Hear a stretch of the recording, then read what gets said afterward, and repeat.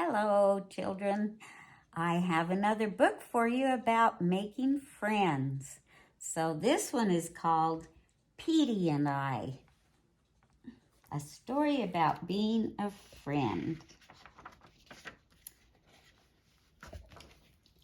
Petey is my best friend. We play together all the time now. The funny part is, a long time ago, Petey didn't like me.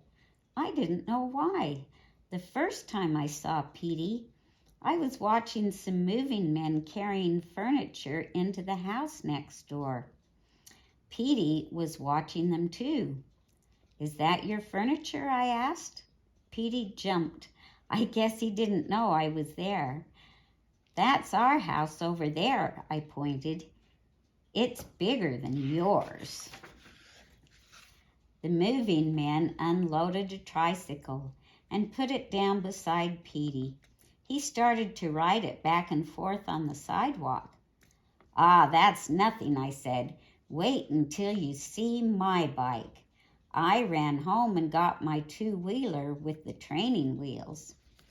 "Look, I've got a real bike. I can ride fast. Watch." I rode as fast as I could down to the corner. Then I turned to come back, but Petey was going into his house. I guess his mother called him or something. Petey's mother said, "Petey's unpacking his toys. Would you like to help him, Robbie?" She knew my name because my mother was there and had just told her. That was the first time I knew that Petey's name was Petey. "Okay," I said. She showed me the room where Petey was.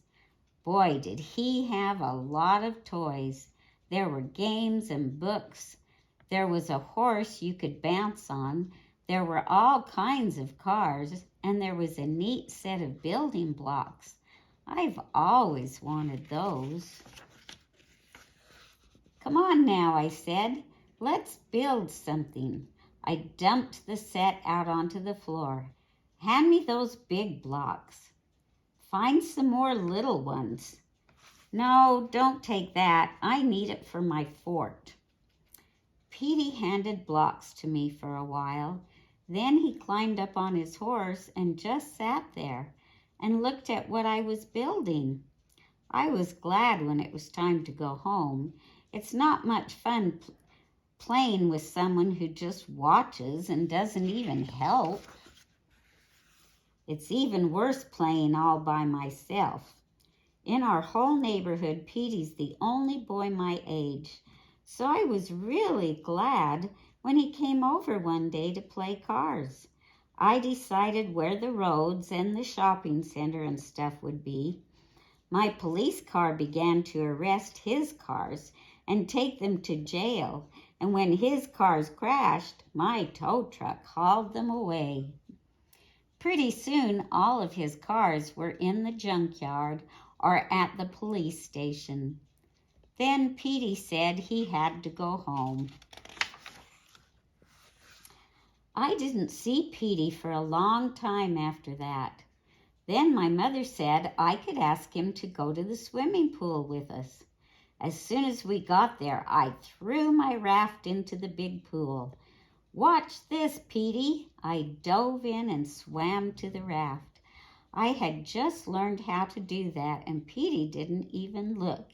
He went over to the little pool instead. My mother said, "Petey must play there, Robbie. He's still learning to swim.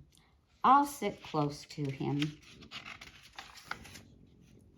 I swam to the side and back to the raft again, but it wasn't much fun with no one watching. Petey wasn't having much fun either. The other kids all had water toys, but he hadn't brought anything. Then I had an idea. I took my raft to the little pool. "Hey, Petey, want to ride?" I held the raft until he got on. Then I pulled him around in the water. I pretended I was a horse, and he laughed a lot.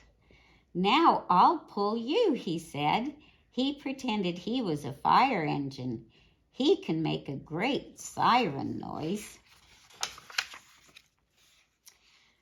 When we were tired, we sat on a blanket near my mother. Petey had a dime, and my mother gave me a dime too. He bought a candy bar, and I bought a bag of potato chips. Then Petey broke his bar in two and gave me a piece, the big piece, and I didn't even ask him. So I divided my potato chips into two piles, and I let Petey have the ones that weren't broken. We really had a good time that day.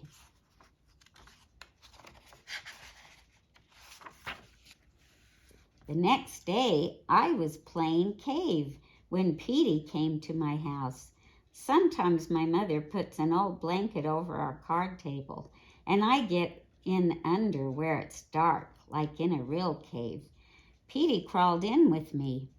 After a while, he said, "We could make this a spaceship." I started to say, "No, it's a cave," but I changed my mind and said, "Okay." Petey got my toy dashboard. It was a steering wheel and windshield wipers and turn signals and everything. He said that was the control panel. My toy telephone was the mic to call back to Earth. We flew to the moon twice. We were just leaving for Mars when Petey's mother called him. "See you tomorrow," we both said. That's what we say every day now, and it's true almost all the time. We play together a lot because we're very best friends. Petey says so too, but once he told me that a long time ago he didn't like me. I guess I really know why. The end.